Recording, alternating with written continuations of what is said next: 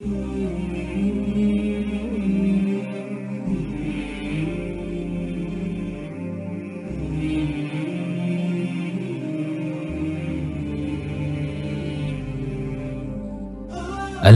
аману, әлгі иман келтіргендер, валам ялбису иманахум бизулмин, сосын сол имандарын әділетсіздікпен былғамағандар, араластырмағандар. Қараңыздар. Улайика лахумул амну, міне соларға амандық болады дейді ертең. Қараңыздар. Сосын айтады, вахум мухтадун, тура жолдағылар да солар дейді.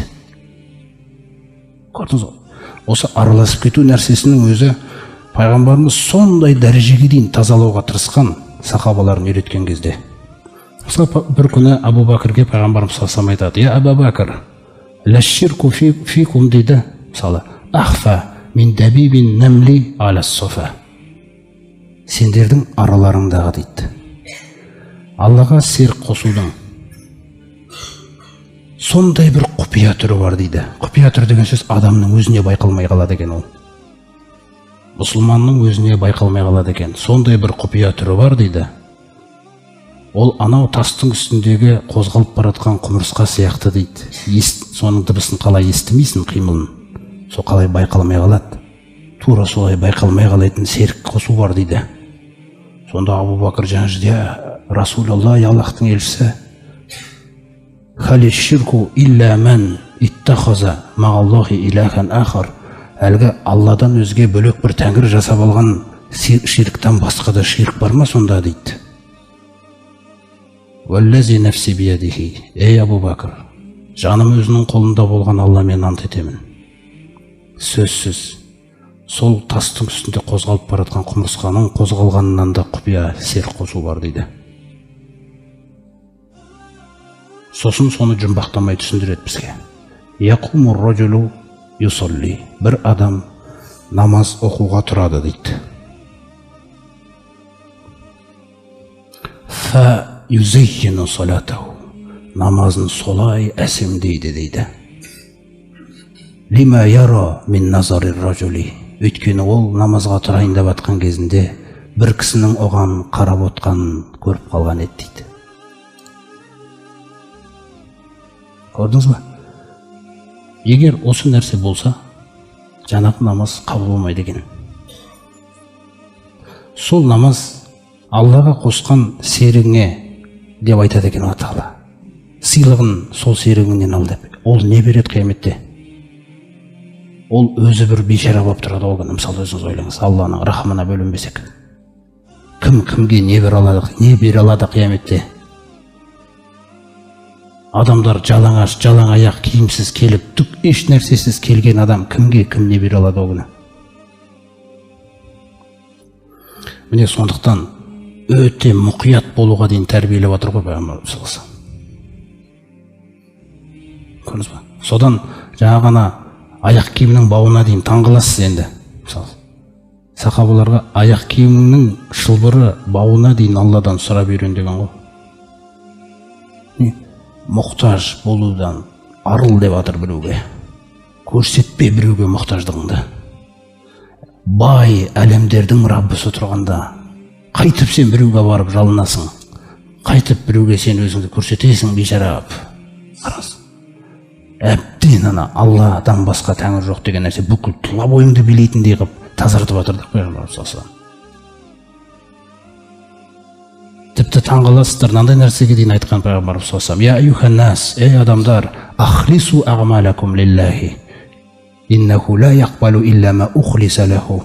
Ей адамдар, амалдарыңды Аллаға ықыластаңдар, таза Алланың өзіне еш қоспасыз жіберіңдер дейді. Өйткені Аллах Тағала сөзсіз, өзіне ықылассыз болған нәрсені қабыл етпейді дейді ешқашан. Салиқалы амал деген нәрсенің өзі, құрметті жамағат, жақсы амалдың өзі біреудің Алладан өзге басқа біреудің дидары көзделсе бітті, қабыл етілмейді деген. Бұл жаңағы бір ұстаздар, ғалымдар шығарып отқан заң емес бұл. Бұл Алланың заңы. Ол қалаған, жаңа айттық қой, ол өктем деп. Ол солай шешкен. Ол шешкен тек қана ықыласына қабыл етем деп. Өйткені шындап келгенде одан басқа тәңір жоқ. одан басқаның дидары көзделмеу керек ешқашан, ешбір жақсы амал жасаған кезіңде. Сонда жаңа хадисінің соңында айтады: «Вала тақулу», байқаңдар, былай деп айтқамаңдар дейді. Былай деп айтқамаңдар дейді. Қалай деген кезде: «Хаза лиллахи валир-рахими». Бұны енді Алла үшін және осы ағайын туыстарым үшін істедім ғой деп айтқамаңдар дейді. Қараңыздар. Олай қарап тұрсам, бұл сөзде тұрған ештеңе жоқ сияқты. Неге бұл сөз айтылған кезде, егер мұқият қарасаңыз, кейде сіз бір адамды кешіре алмай тұрсаңыз, сосын бір туысқаныңыз келіп, мен үшін кешіре салшы десе, жарайды, енді сіз үшін кешірем, әйтпесе кешірмесе, сонда Алла қайда қалды? Сонда Алла үшін кешіре алмадың ғана. Немесе бастығың үшін кешіре саласың, өйткені жұмыстан шығарып жіберуі мүмкін. Алла үшін деген мағынаны жаңғырту керек қоғамда. Үйіңде, отбасыңда, балаларың осы нұрды көру керек. Осы үлкен тақырыпқа айналу керек оның санасында. Көрдіңіз ғой? Сонда ол балаңыз Алланы көп зікір ететін болады үйде, далада жүрсе де. Өйткені нұр жұғады ол. Ол әдемі нәрсе, әдемі тақырып. Егер солай айтып қалсаңдар дейді, «Фаиннаку лир-рахими», онда сол амалың туысқан ағайындарыңа кетті дейді болды. «Уалайса лиллахи минха шайюн». Алла үшін о жерде бір нәрсе жоқ дейді. Қараңыздар қалай айтып отыр пайғамбар саллаллаху алейхи ва саллям. Бұл сіздің, біздің сүйікті пайғамбарымыздың айтып жатқан нәрсесі. Ол өйткені Алла тағаланы көп таниды, амалдардың қабыл ету жолдарын көп таниды ол. Бұл тақырыптағы қандай қоспалардың зиянды екенін ол жақсырақ біледі бізден. Содан кейін баяндап жатыр.